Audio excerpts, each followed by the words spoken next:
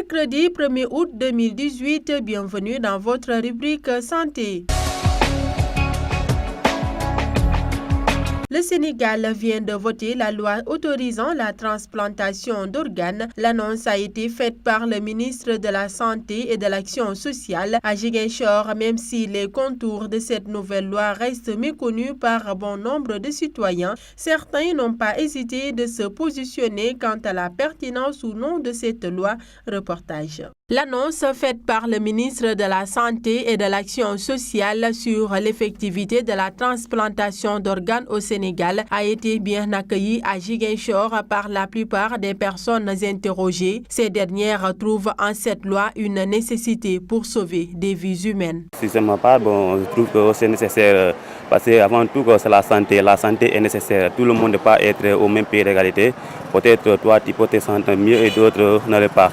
Donc, quand tu peux encore le mettre en secours, là, donc si moi, je trouve ça nécessaire, c'est une bonne loi. Je trouve cette nouvelle loi qui est très intéressante pour moi parce que ça permet aussi de...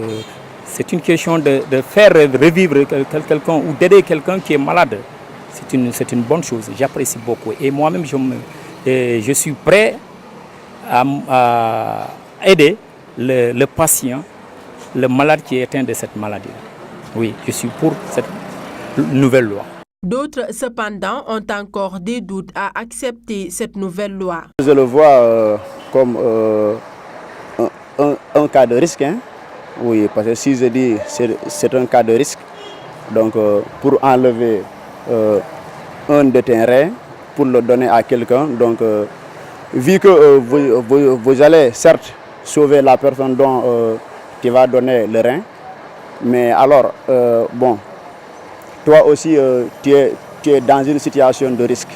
Oui, parce que en ce moment-là, tu seras avec un seul rein.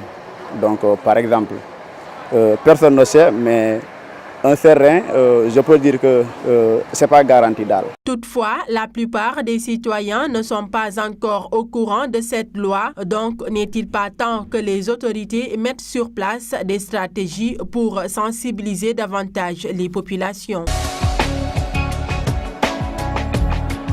L'école maternelle Harmonie de Kobitène a, dans son programme pluridisciplinaire, procédé à une séance de distribution gratuite de moustiquaires imprégnés. La 4e édition du genre est inclue dans l'activité de vacances d'été. Les enfants bénéficiaires de ce don ont été soumis à leur tour à un questionnaire relatif au paludisme et Vassagna. Dans son programme pluridisciplinaire mis en œuvre depuis 2009 au profit des enfants de Kobitène, l'école maternelle Harmonie a procédé pour la 4e édition à la remise de moustiquaires imprégnés aux enfants. Cette remise aujourd'hui de moustiquaires imprégnés est à sa 4e édition. Il est inclus, ce volet est inclus dans un programme, vaste programme pluridisciplinaire, n'est-ce pas, qui prend en compte d'autres volets également. Donc, ce programme a débuté depuis 2009 au sein de ce quartier et il est, n'est-ce pas, élaboré et mis en œuvre par le staff pédagogique de cette école. Cette activité d'été est inclue dans ce programme financé à hauteur de 2 millions de francs CFA par les partenaires de l'école, un programme soumis à la validation communautaire. Bon, c'est pour le bien-être des enfants et le bénéfice des enfants. Mais c'est la communauté, n'est-ce pas, du quartier qui accompagne, n'est-ce pas, sa réalisation. Souvent, quand nous remettons ces moustiquaires-là, nous soumettons, n'est-ce pas, un questionnaire aux enfants. Un questionnaire qui traite, n'est-ce pas, des questions relatives au paludisme. Donc, là, c'est justement apporter des enseignements et également apporter à leur niveau certaines connaissances fondamentales pour ce qui concerne la maladie en tant que telle. À noter que les enfants bénéficiaires de ces moustiquaires imprégnés sont déjà sensibilisés sur l'importance de ce moyen de prévention du paludisme. C'est tout pour aujourd'hui. Rendez-vous est donné la semaine prochaine. Mais d'ici là, prenez soin de vous.